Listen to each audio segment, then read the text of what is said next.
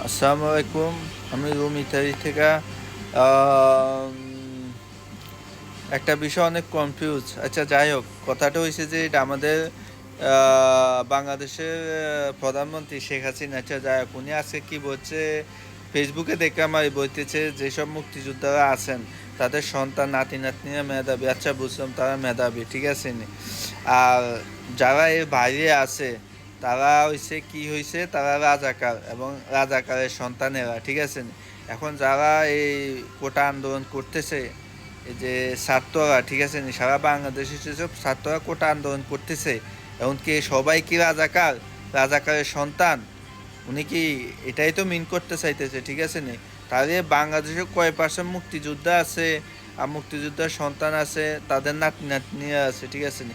এর বাইরে আমরা যা আছি মানুষরা, শ্রমিক, রিক্সা চালক, যাই হোক, যারা আছে সবাই কি রাজাকার, ঠিক আছে নাই? আর যাদের সন্তান এই যে এখন এই আন্দোলন করতেছে তারা কি রাজাকারের সন্তান?